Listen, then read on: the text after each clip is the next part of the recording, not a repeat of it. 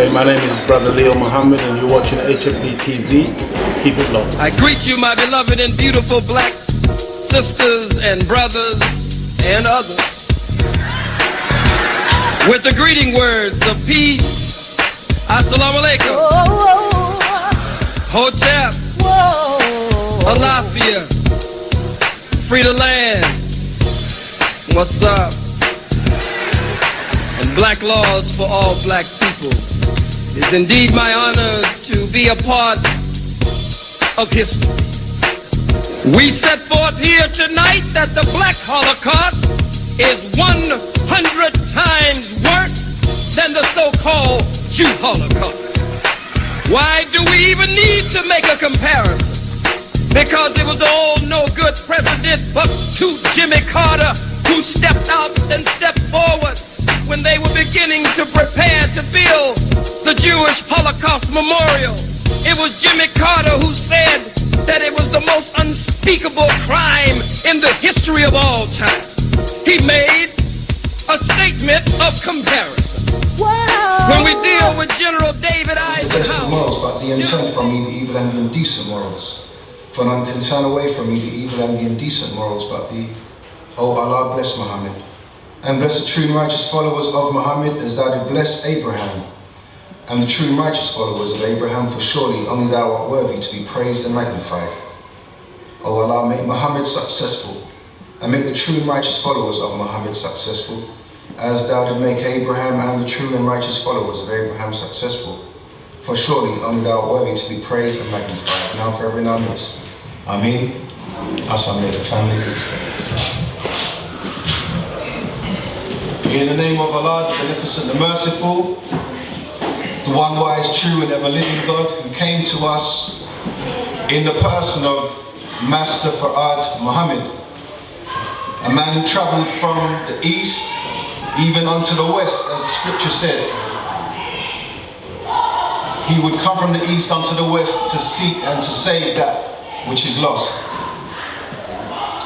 And there was no other people in the west that was more lost than a people who had suffered under servitude, slavery after 400 years, in the worst kind of living condition that has ever been known to man. And I say ever been known to man because our condition was never rightly recorded.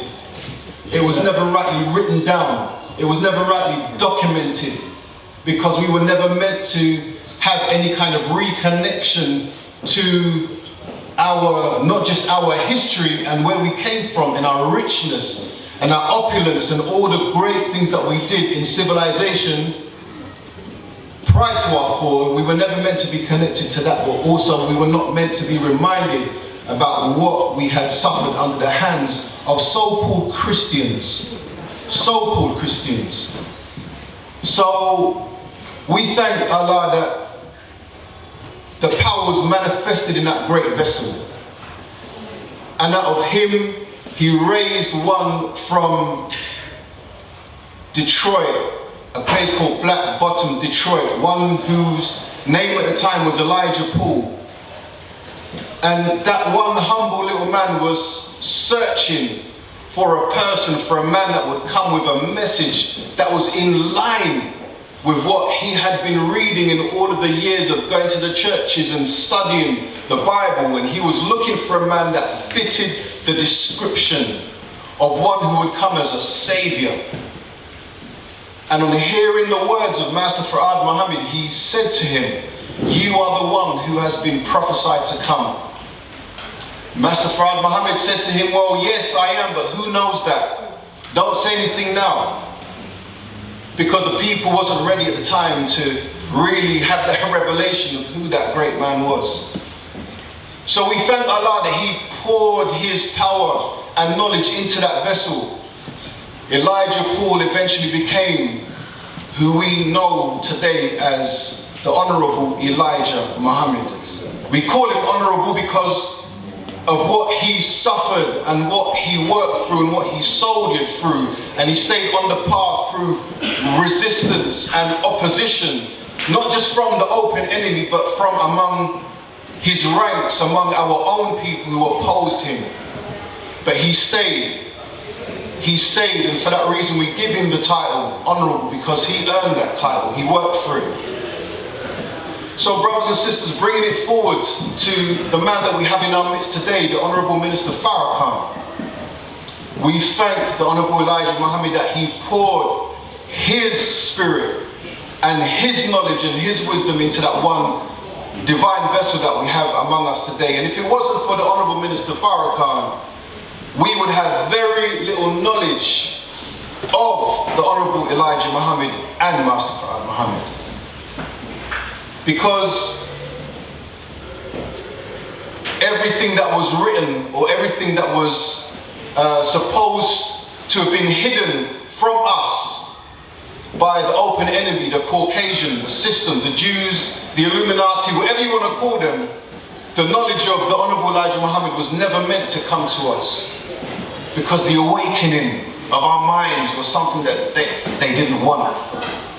You know, we were meant to stay asleep. We are supposed to stay dormant in this dormant condition where our minds are not doing anything. Our communities are not doing anything. You know, we're not doing anything with our lives. We are non-productive. We are a dead people.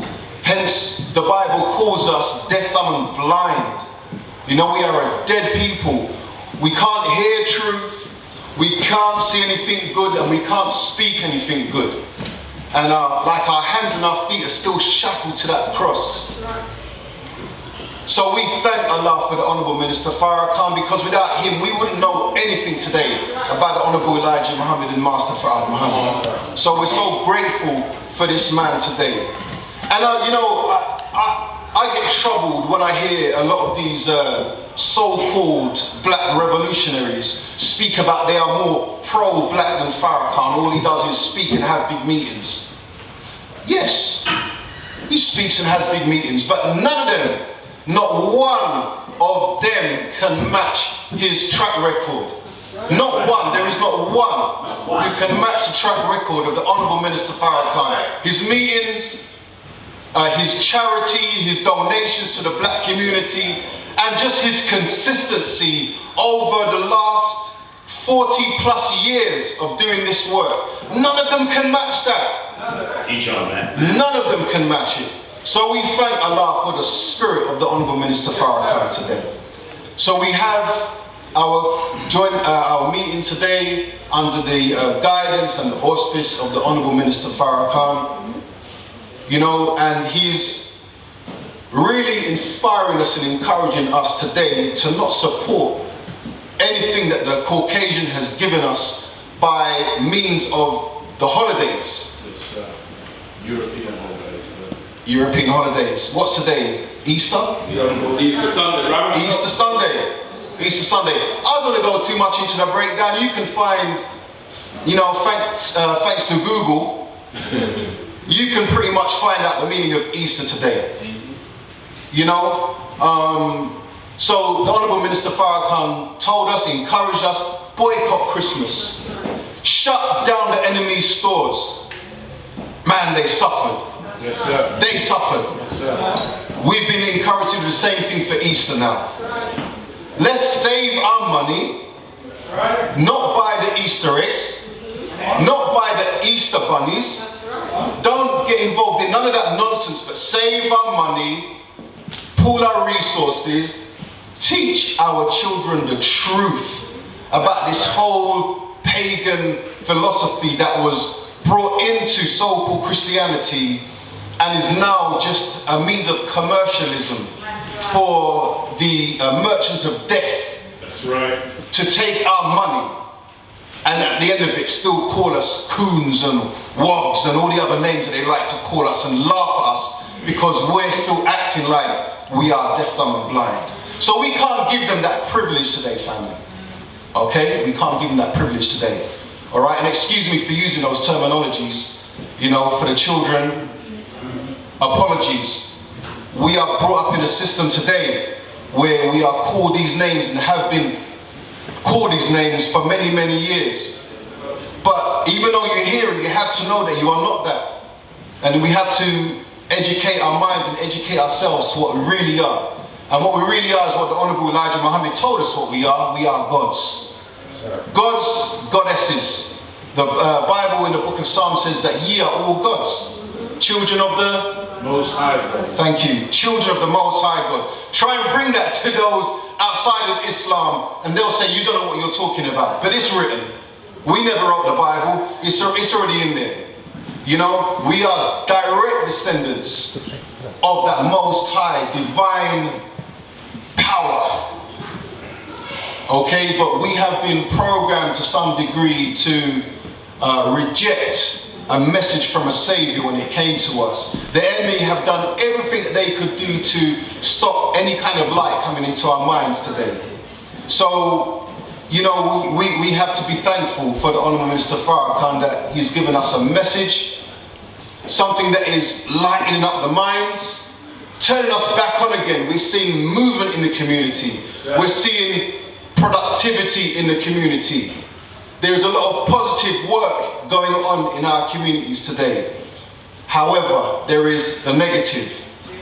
Yeah, there is a lot of crime. We have got the post-Cold Wars. Knife crime is escalating through the roof. You know, so we have a lot of issues that we need to address, especially for our youngsters today. They are really the #1 target because they are the future.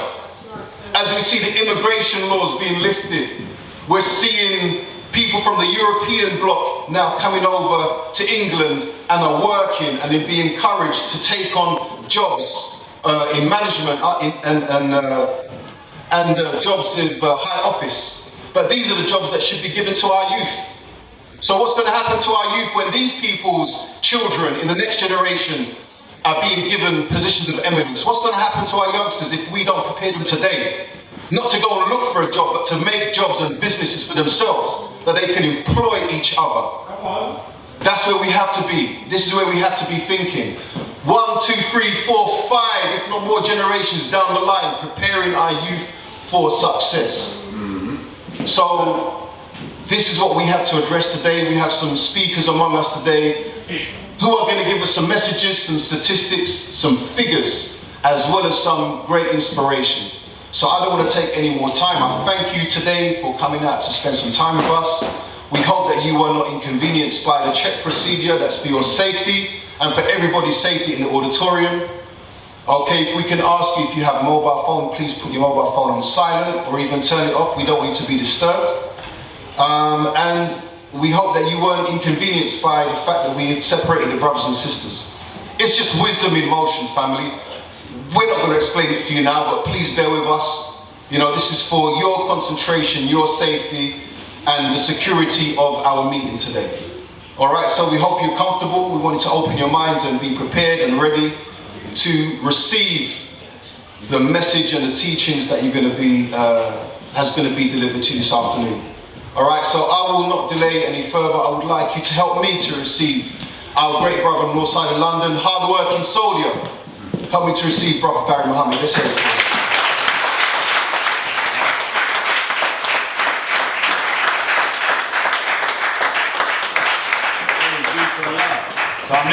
Assalamu alaikum.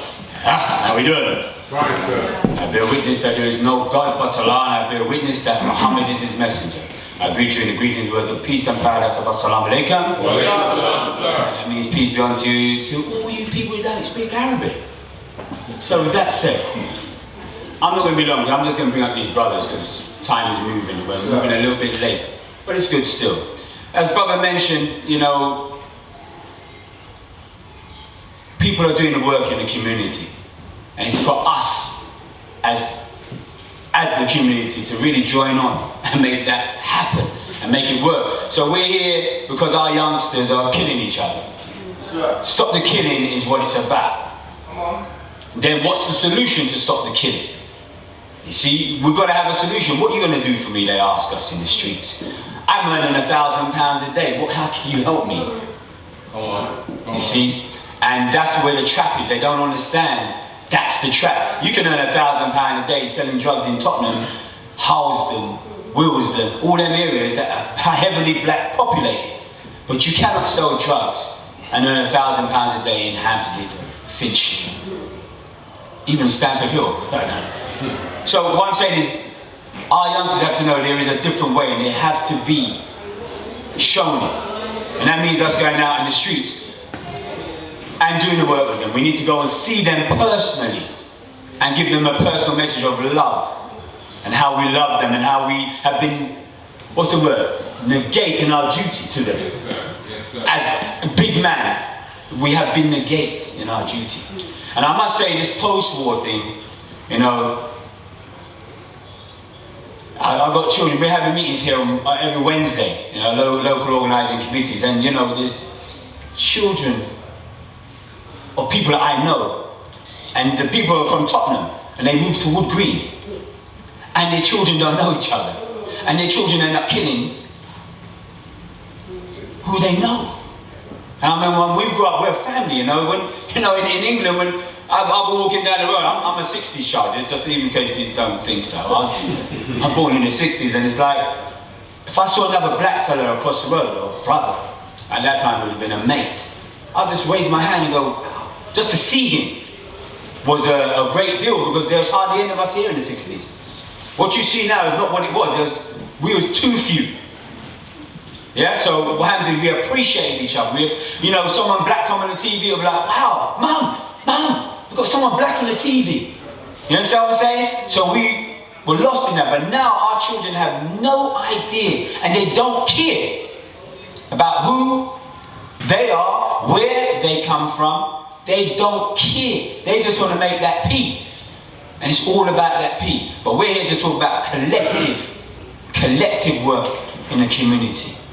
So I'm going to bring on a brother. The first brother I'm going to bring on, I've known him for near on about 24 years. And how I got to know him was through, anybody heard of crack cocaine? Yes, sir. We heard of crack, right?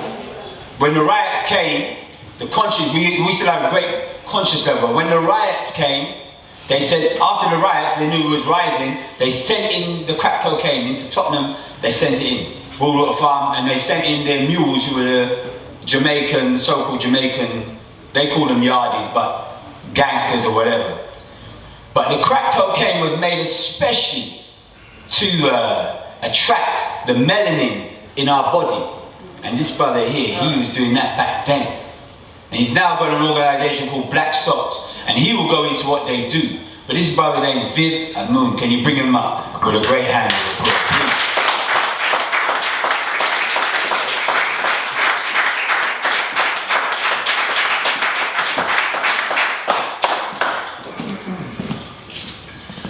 Right. Firstly, I just want to thank Reverend Barry Mohammed for inviting me to speak here today. It's been a long, long time, at least a quarter of a century that we've been in the struggle together. And again, great opportunity to see some of the other familiar faces, brothers that I've seen for a long time, and Leo Mohammed as well.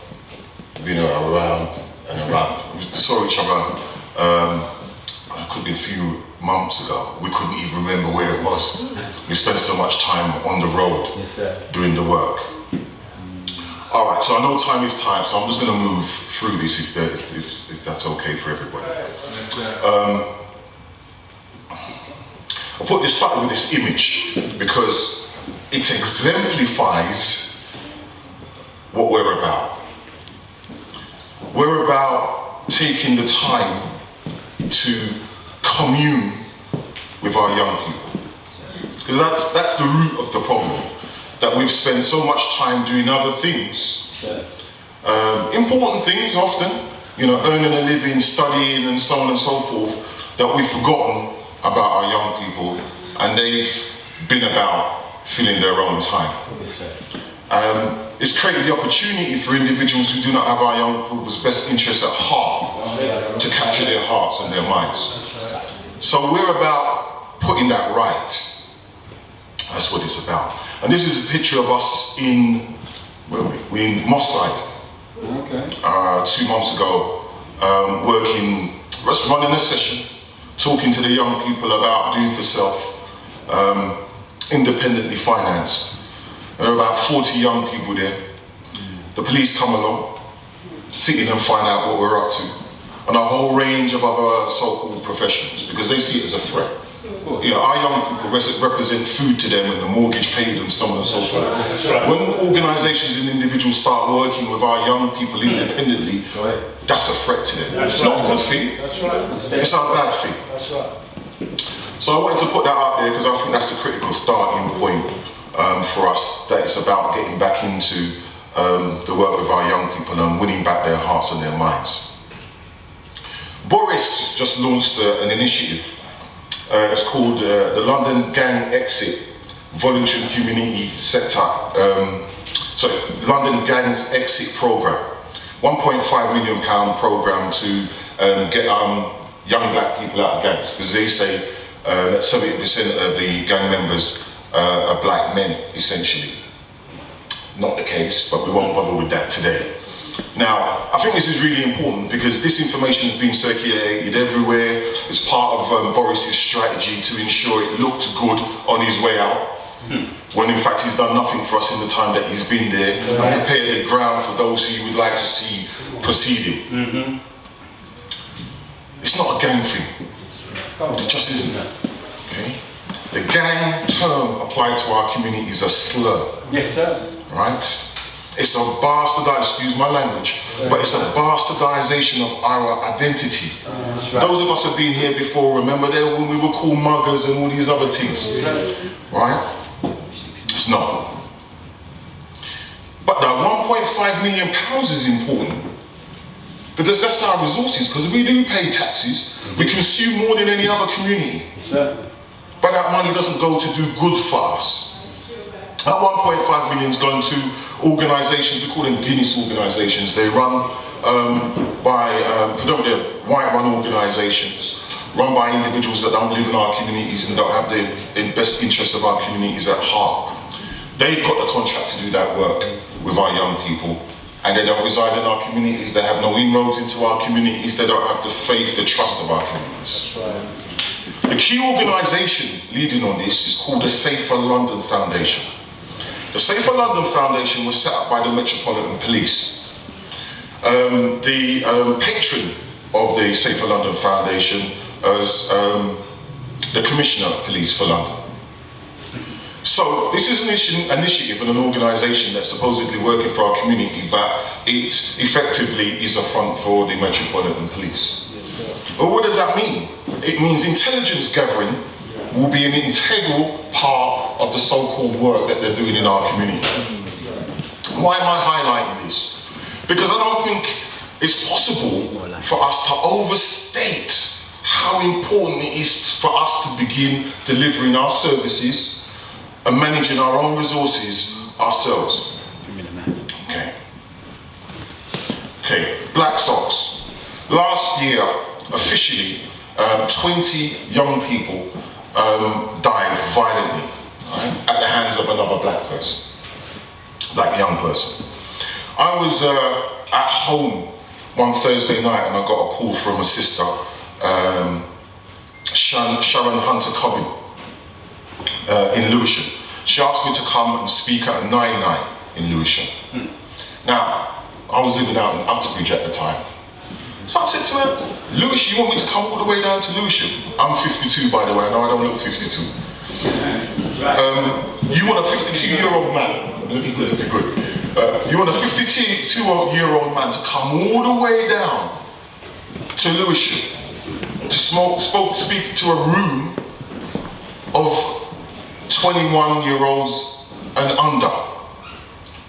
That doesn't make any sense. Can't you get any of the other community leaders to come out and speak? This is Lewisham. She said, no, Viv, I'm not going to call their names on camera. But many prominent individuals, they're on the TV, they're always there for the soundbite. They're always there for Sky. But the 9-9 now, these youths, traumatized and shocked. Shaquan, this young boy on the way to the community centre, they're on the way to shut him down. He's stabbed to death. They couldn't get there. I've got meeting that I've got to attend. I'm not sure they would appreciate me attending. They're frightened of their own youth. Go ahead. Go ahead.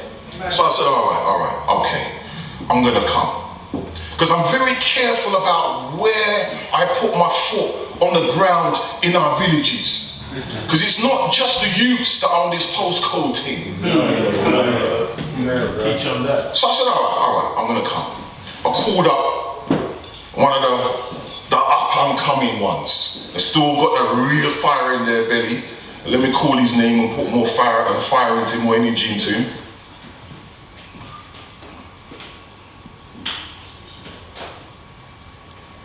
Gwenton slowly. So I called him up. I said, I need you to come to this event with me. We got down there. There were 350 young men at this 9-9. My training is in social policy, so I'm a researcher. I count the numbers, I break down the gender, I look at the intergenerational gap, difference. I just do it, second nature. There are 350 young men in the room. There are about 40 women, mothers there. There are about 10 men of my age, approximately. So between 35 and 50, there were 10. The sisters were running around, organizing everything. They put the event on. Right. The youths were sitting down there. They're in the room. They made the effort to get there, physically, but emotionally and spiritually, it was as though they weren't there. Right. You know what I'm talking about? That kind of double think. I want to be here, but you're going to let me down, so I'm not even going to fully commit to it. They're on their phone, they're giggling, whatever, but they're in the room. The brothers were just staring broken and crumpled up. They had no presence. Yes, sir. Come on, man. Come on. As we came into the community hall, the 4 or 5 key elders who run Lewisham were at the gate. None of them was older than 28. There's 5 of them. 3 of them weren't even supposed to be in the borough because they'd been relocated and they're doing their business elsewhere and so on and so forth. But they made the effort to be there so that every one of those 350 young men saw them as they went in. These 28-year-old elders. These other so-called leaders and elders, nowhere to be seen. I've been here a long time, but that was a shocking sight for me. Shaquan is the young man that was stabbed to death. And let me just go into the detail of how he died briefly. He was stabbed in the leg. The youths think if I stab him in his leg, he's going to survive, it's going to be fine, it's safe. They don't realise you've got the femoral vein there. The breached the femoral vein. The youths like to wear the jeans and wear the jogging bottoms underneath. I still don't understand why. When the paramedics come, because he's bleeding now, by the time they got there, the jeans and the jogging bottoms was drenched. They couldn't cut it through. So he effectively bled out right there on the spot. Okay? Turnham, little community, shocked by the whole thing. I got up and I spoke to the young people. First thing I said to them is, I know people have been blaming you and analysing what's going on with you and how you young people have got to this and that. I said, I only want to say one thing. I want to apologise to you for letting me down. Go ahead. Personally. That's right, man. You see when I said that? That's right.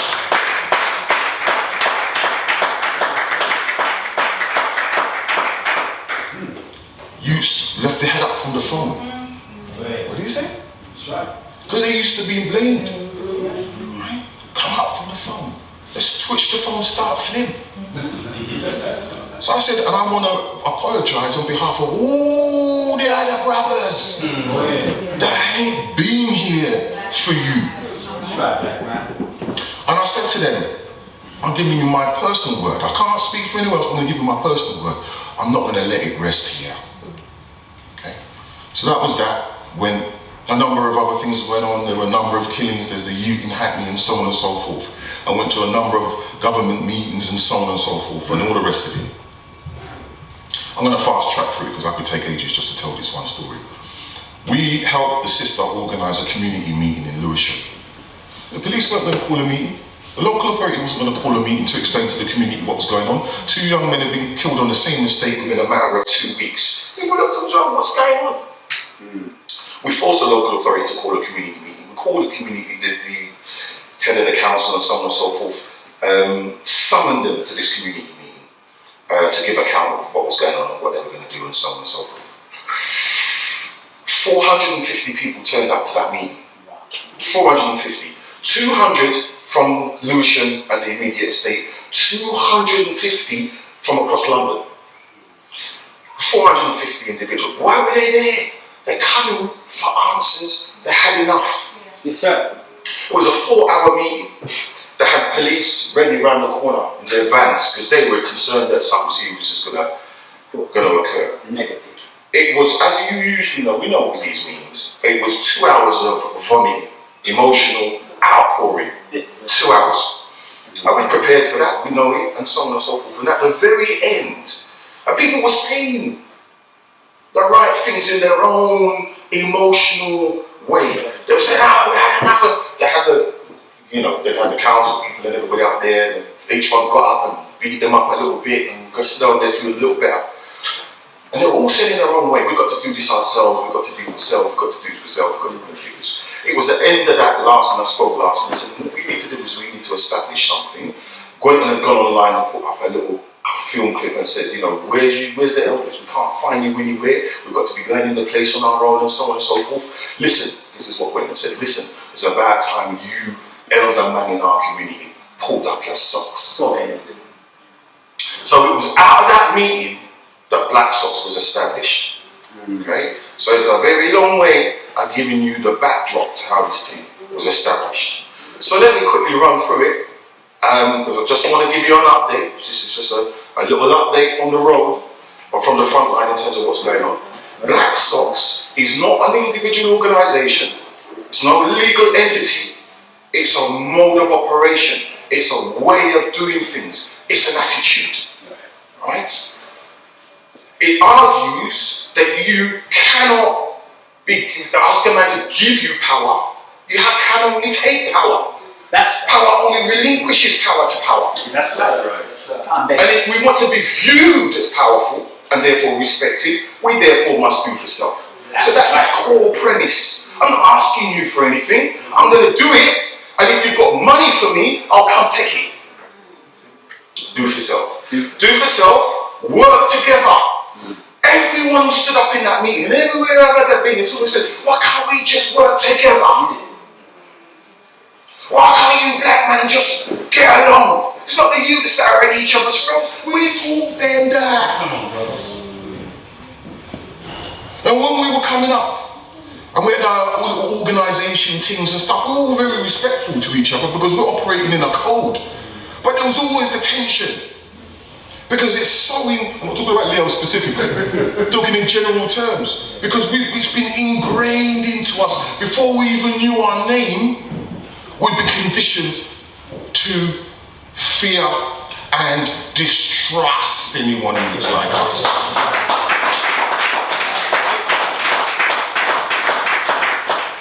I mean, I can only speak for myself. It's taken me a lifetime to overcome it. Know how to, when I'm disappointed with a brother, not bring extreme rage to that dynamic. Come on now. I can, white man upsets me, let it go. It's not a problem. Black man upsets me, it's like I'll never forget it. Come on, man. Come on. It's taken me a lifetime to overcome that. So working together. Succession planning and mobilisation, and all of our organisations have failed at that. From them man there, Jesse Jackson, Al Sharpton, we all know, what we've achieved in the past. We've had the highlights, the organisation is burgeoning with people, and we've not put in the succession planning. We've not had the next generation coming through, and we watched the organisation lose gas, lose momentum, and wither on the vine. We can't allow it to happen again. Succession planning has to be key, and it's not like we don't know it. We know exactly what we need to do in order to make that happen. And ultimately, lastly, but even more importantly, we have to recognise that we're operating within an economic paradigm. right? When a youth says to you on the road, you got any money? So what are you talking to me for? That's out of the word of the mouth of babes. He's talking high strategic thinking. He's saying, if you do not have economic leverage, you're no good to me.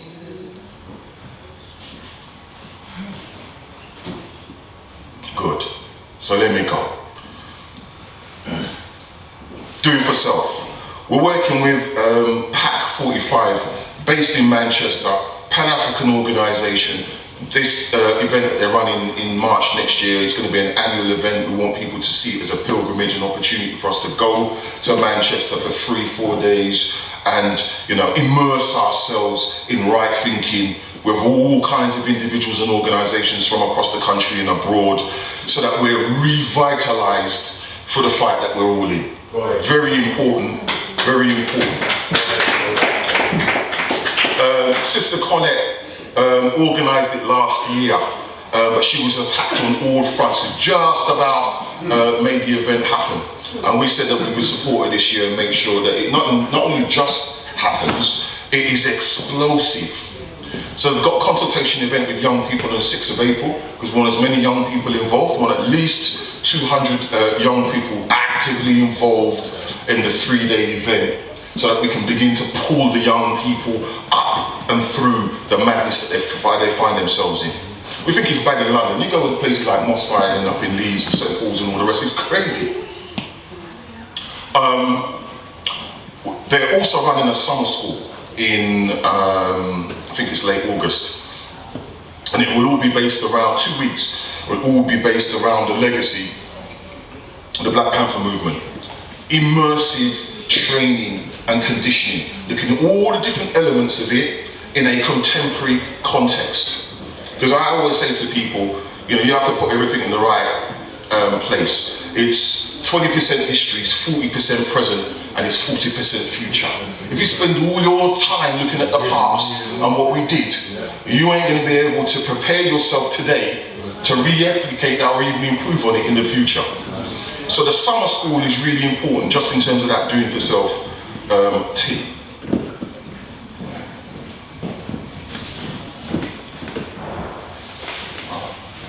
Interesting.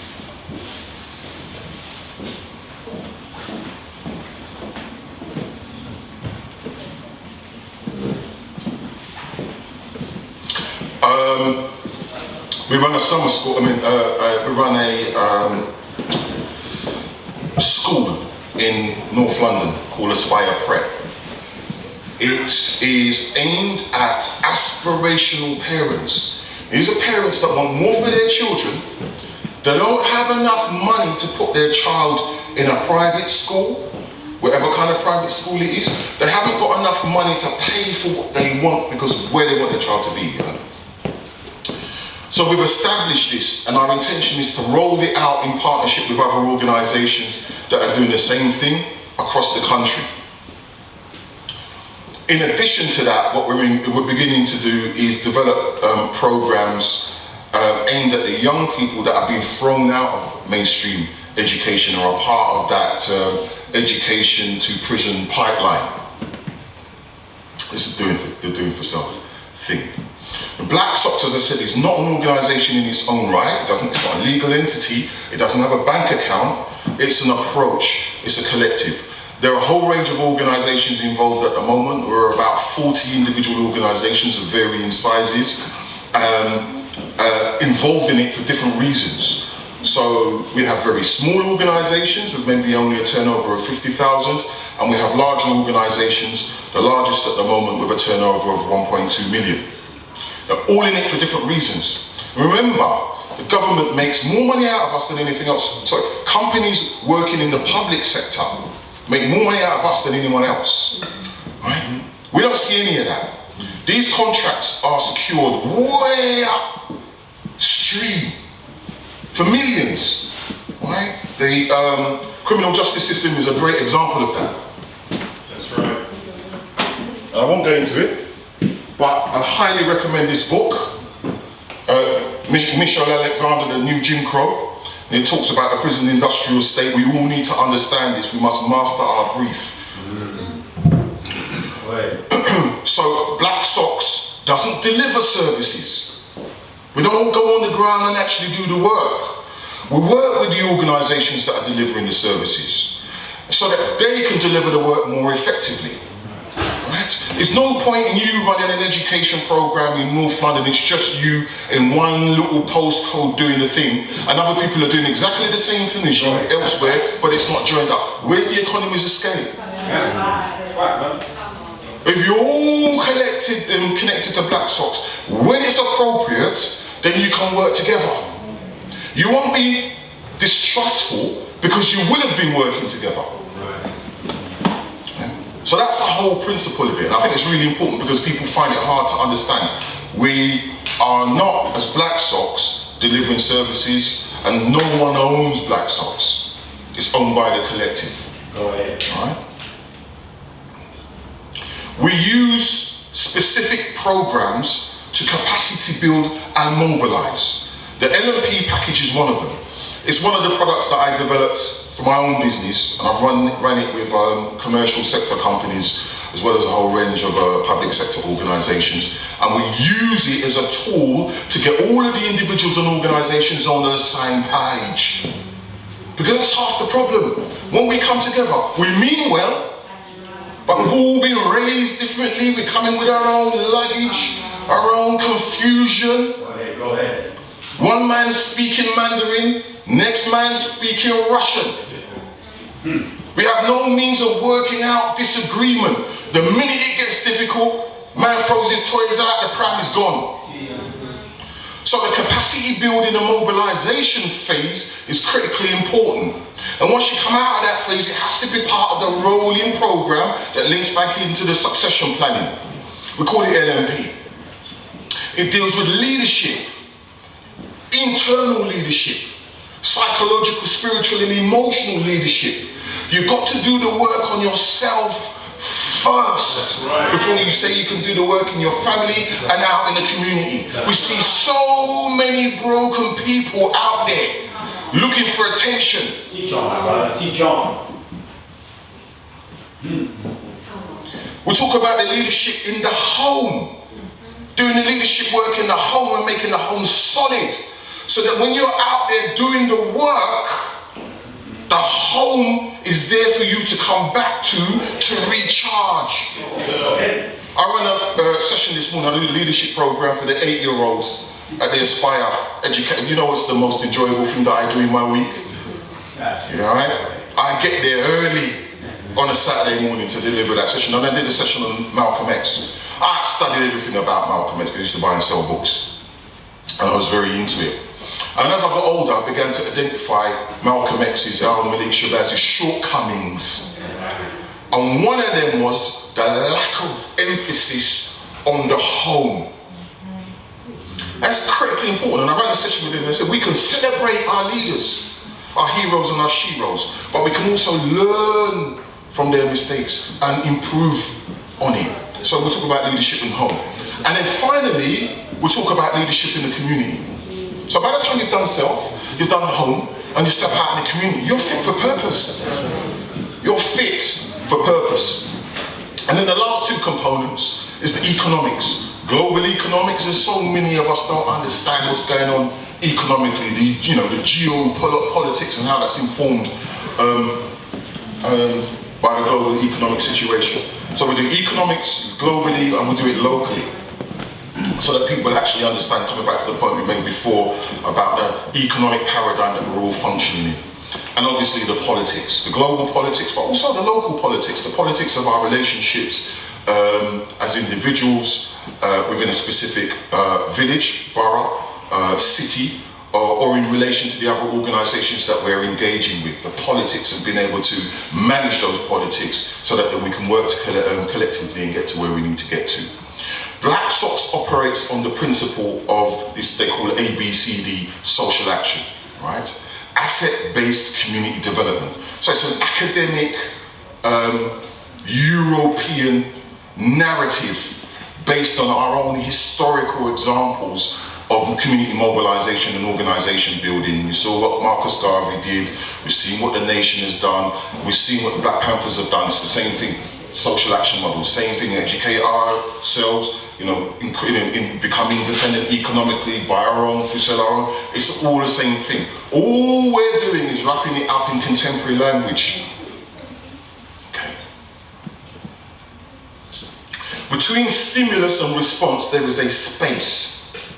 In that space lies our freedom and power to choose our response.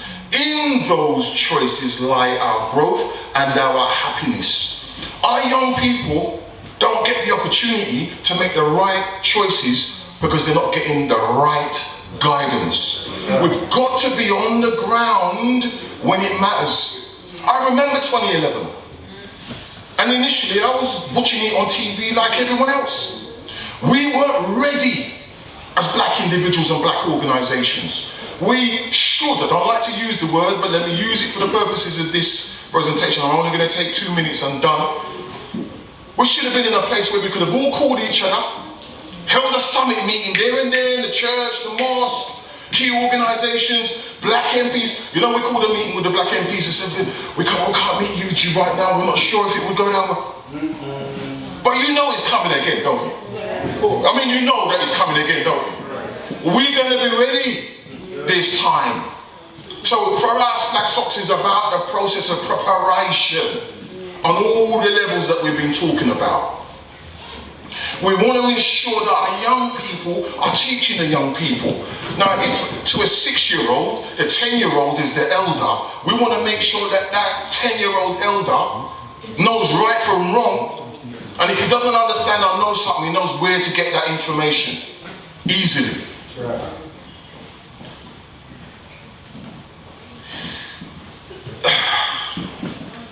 I don't think it's possible to overemphasize how important, right, the economics of all of this is, right?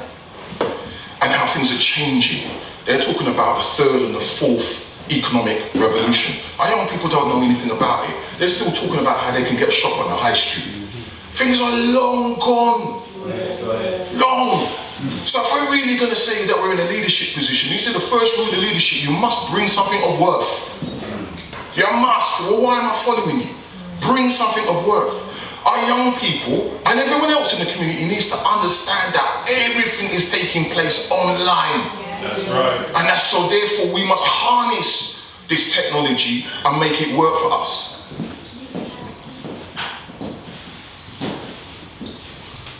It's important that our young people know what the real resources are. Water is a key resource. The key companies, conglomerates are buying up water assets all over the planet, on the African continent and elsewhere. The coltan that, you know, is necessary in order to use or power these phones, and other essential minerals that are used, becoming increasingly valuable as far in regards to the powering of electric cars and so on and so forth. Our young people don't know anything about this, so they're not getting the right kind of education. They're not thinking about where they're going to, when they come together, where their little drugs money or whatever it is, where they're going to invest it.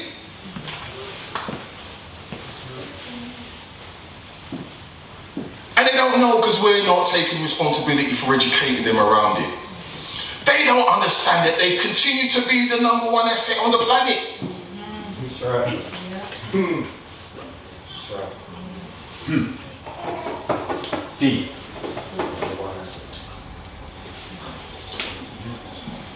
Everybody chops money off of them. Everyone.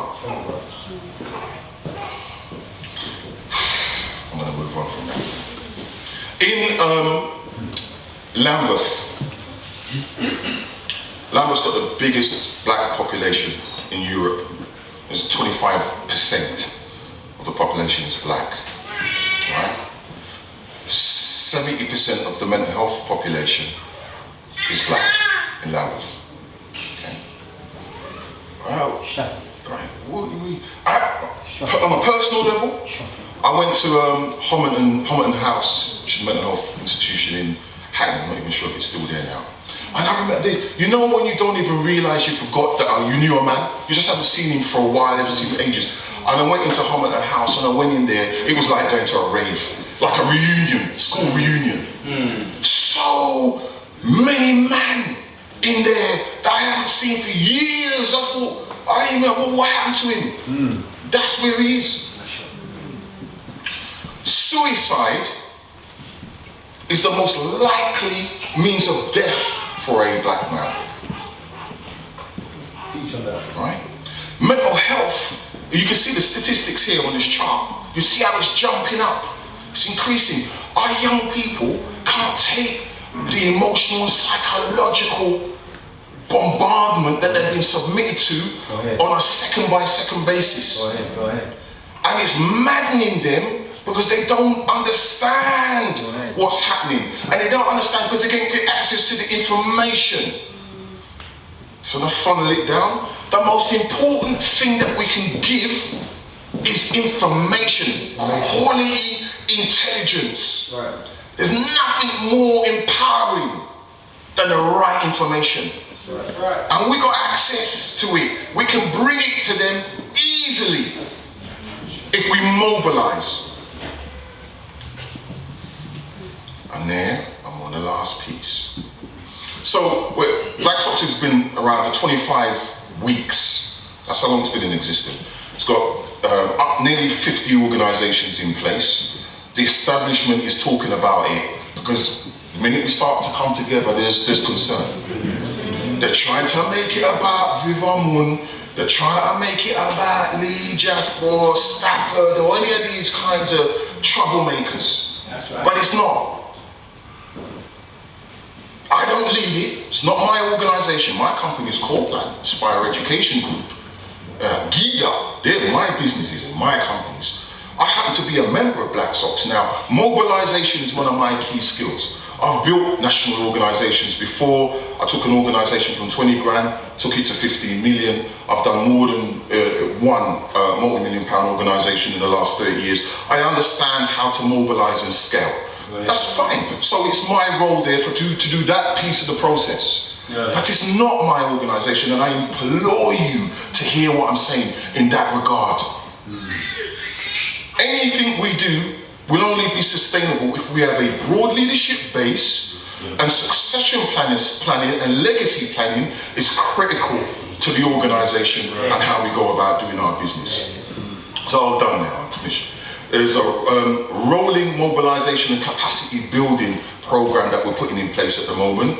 We've had the first 25 individuals who form the broad leadership base who are in the final stages completing the program that they've been going through. And then once that's done, we will run the program on an ongoing basis. We want to open that program to any organization or individual that wants to do it. My company will self-finance the program. Individuals will only, if they wish, pay for the accreditation. The accreditation is recognized across the board. We're training statutory organizations and private companies. Did anyone know McKinsey & Co? McKinsey & Co is one of the top 4 management leadership companies in the world. In fact, they invented the concept of management leadership. If you do an MBA, you must read a book, one of the literature books produced by McKinsey & Co. They've gone through this program. So it's respected. So if an individual wants to do the program for the community and they want to get the accreditation and use that to leverage some individual income as well, all to the good. So hopefully we will be able to begin that in the summer. Summer school pilots we're running. I already made reference to before through PAC 45 up in Manchester. Blacksocks doesn't deliver anything. It does the work through its membership organizations, and it then mobilizes all the other organizations to support specific organizations around particular pieces of work.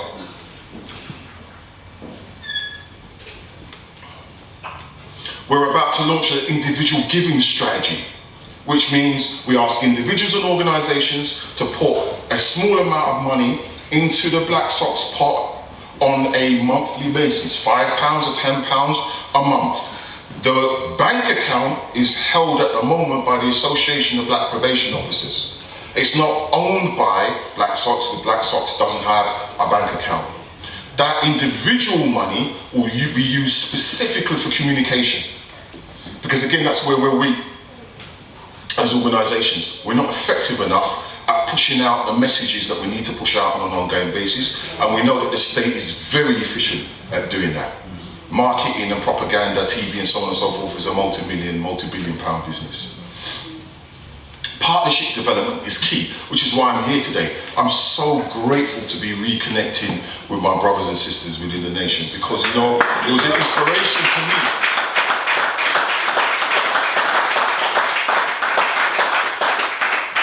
It was an inspiration to me growing up. It's a nation that taught me how to stand up straight, you know, and not have any fear without being aggressive. You know where I'm coming from? Yes, sir. It was a nation that gave me, you know, the tools necessary to be able to communicate, inspire and motivate, right? So I'm very happy to be reconnected. And it's interesting, I was just saying to Brother Leo, we're all on this path again, but in a much more informed way. You know, it's the legacy, because I know I want to leave something when I go. Yes, sir. So the partnership is critically important. And working with people that know you from before means you get a hell of a lot more done a lot quicker than when you try to build a relationship with someone who's fresh. And then, as I said before, the last thing I want to end on is the communication plan. You know, propaganda, you know, for us is key. We have to win the hearts and the minds of our youths. We're working on a film. We want to bring a lot of the youths that have lost their way into an annual filmmaking program that we want to run nationally. Big launch the film in London, Birmingham, Manchester, key individuals, organisations, the Idrisis and everybody, you know, the nation and so on, all celebrating this thing that red carpets or black carpets, black carpets on an annual basis, because we need annual opportunities to celebrate as a genuine collective.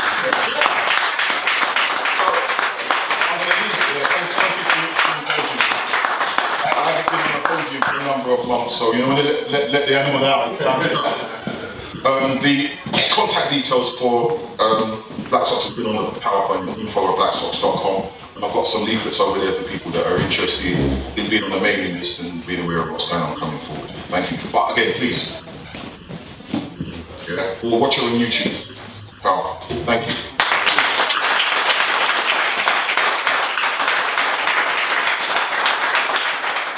This is hmptv. You got myself, the minister.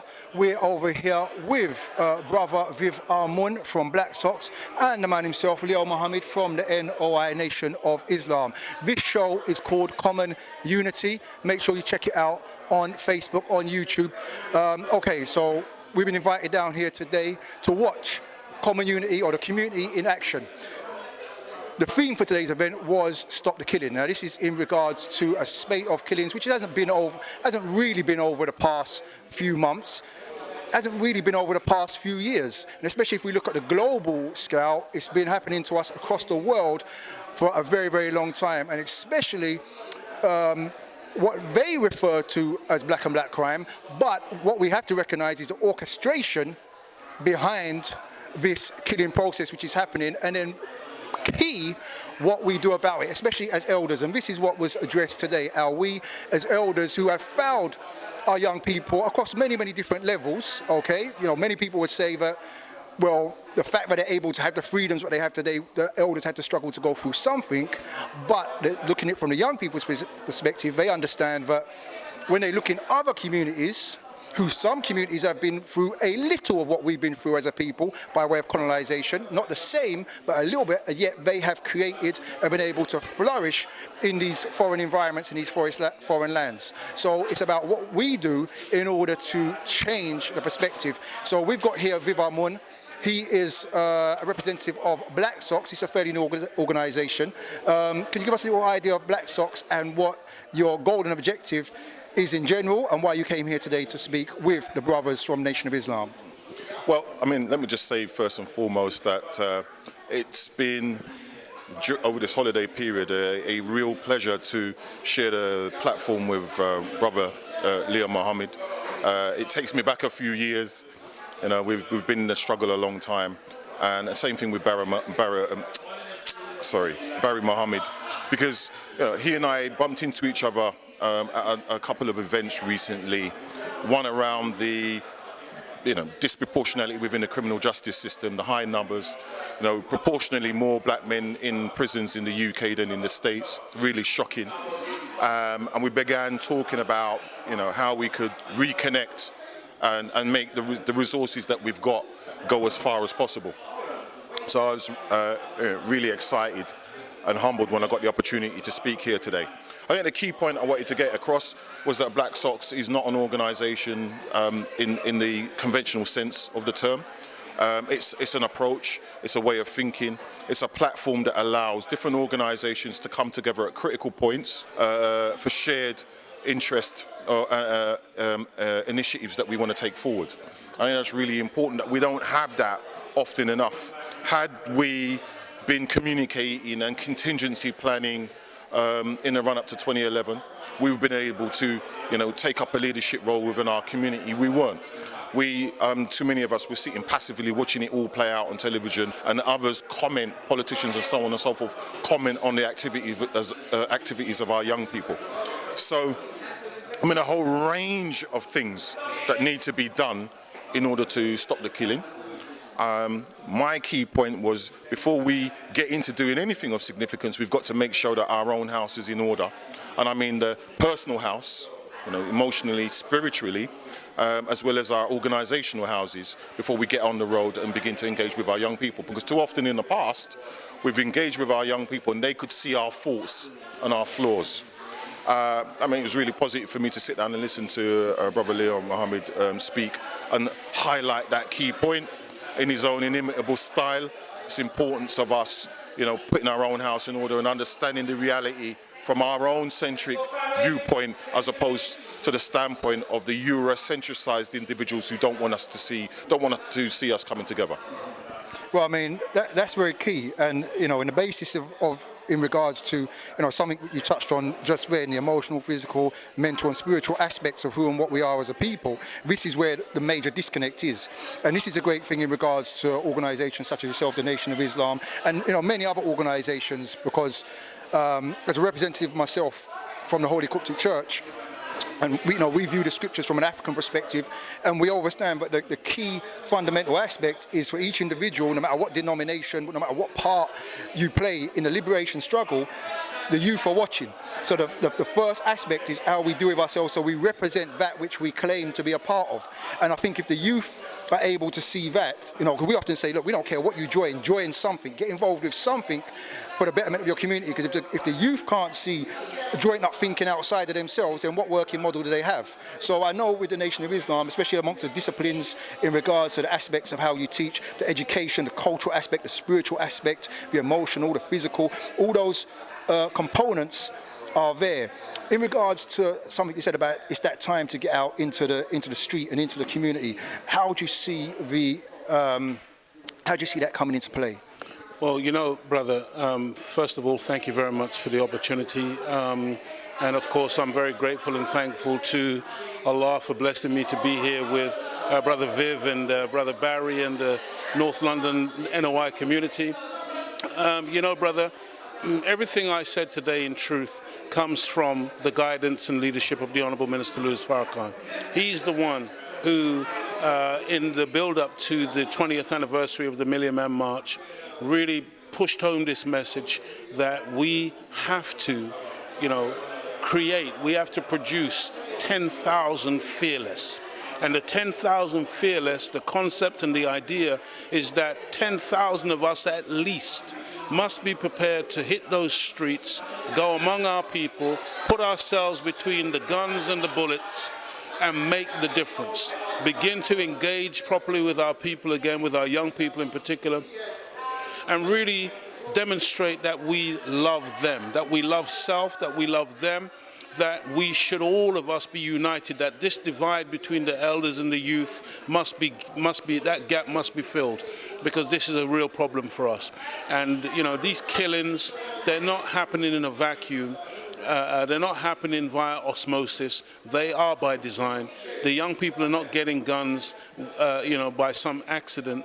It is, once again, a stratagem that has been used by, some of the wickedly wise to keep us in absolute chaos, and keep us, whether it's drugs or guns or whatever. You know, like most of the killings, when you begin to analyze, you know, the root causes of these types of things, you'll see once again that money is there, drugs are there. And they have our people in the so-called ghettos, in the so-called sink estates, etc., on these street corners, battling one another over nothing, battling one another over territory that neither of them own. And we just have to get a very clear message to our young people that there is another way. And as elders, as men, we need to set the example by us coming together, our organizational entities coming together and showing that we can have that unity, whether we're Hebrews, whether we're Muslims, whether we're Christians. The Honorable Louis Farrakhan says we should be wise like the drunk man, who is not interested in the label on the bottle, whether it's methylated spirits or rum. He just wants the content, he just wants to get drunk. Well, we have to do that, seek out the least common denominator, which is our black skin, whether we're light skin, dark skin, whether we are young or old, male or female. Understand that Europe is about to become a theater of war. And when warfare breaks out, brother, all of us are going to be in trouble. So we believe that it's a very urgent time and a very urgent message to really hit those streets, and this is what we intend to do in the Nation of Islam. Follow the minister's instructions, 10,000 fearless, whether it's 1,000 of us here or 500 of us here, it doesn't matter. We're going to hit those streets and we're going to begin to do this work, not sit in rooms like this and talk about it, but be visible out there so that we can once again have a visible black man, a visible black family, a visible black community, a visible black nation. Because right now we are literally like the Aborigines in Australia. We're becoming more and more invisible every day. Individuals are promoted in the arena of sports, in the arena of business. We have a few people in the arena of entertainment. We have a few individuals, but generally the black community is a non-entity. And so we have to change that, and only we can change that. Government's not going to do it for us. No entrepreneurial, philanthropic Caucasian is going to come and do it for us. We have to do these things for ourselves.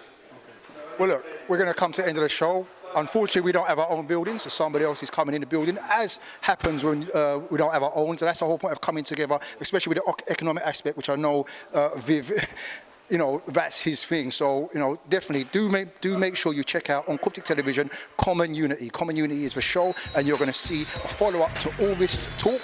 You're going to see it followed up by action. Peace, and we're out of here. I greet you, my beloved and beautiful black sisters and brothers and others,